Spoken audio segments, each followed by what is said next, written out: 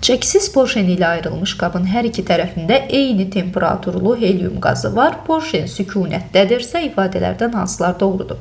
Birinci hissədə qazın təzyiqi ikinci hissədəki təzyiqə bərabərdir. Bu əlbəttə ki doğrudur. Çünki əks təqdirdə, yəni hansı qabdakı qazın təzyiqi daha çox olsaydı, onda həmin qaz porşeni hərəkət etdirərdi əks istiqamətə.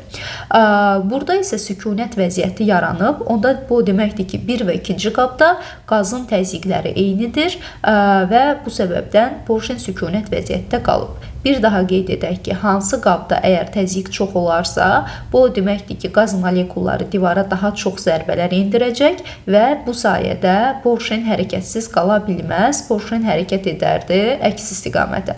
Məsələn, deyək ki, ikinci qabda qazın təzyiqi çox olsaydı, onda ikinci qab bu porşeni, ikinci qabın daxilindəki qaz porşeni baxın bu istiqamətdə hərəkət etdirmiş olardı. Belə bir hadisə baş vermədiyinə görə, sükunət vəziyyəti olduğuna görə, deməli, qablardakı qazların təzyiqləri bərabərdir. Digər tərəfdən kütlə münasibəti istənilir bizdən. Gəlin belə edək, PV bərabərdir nu RT yazaq. Kütlə istədiliyinə görə nünü də açıram, balaca m bölünsün böyük m şəklində. Bizdə qazın temperaturları eynidir. Temperatur sabit, R universal qaz sabitdir. Hər biri helyum qazıdır. Molyar kütlələri eyni.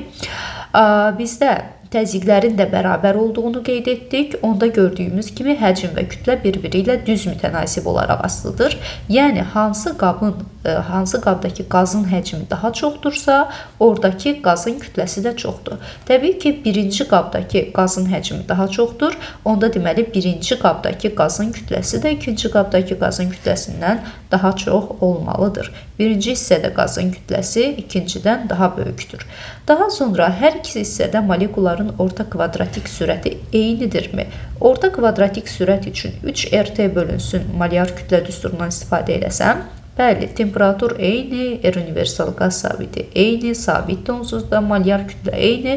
Deməli, orta kvadratik sürət də eyni olmalıdır. Yəni, 5-i də biz doğru cavab olaraq götürməliyik. 1, 3 və 5 bu sualın doğru cavabı olacaq, yəni B variantı. Sağ olun, gələn izahlarda görüşərik.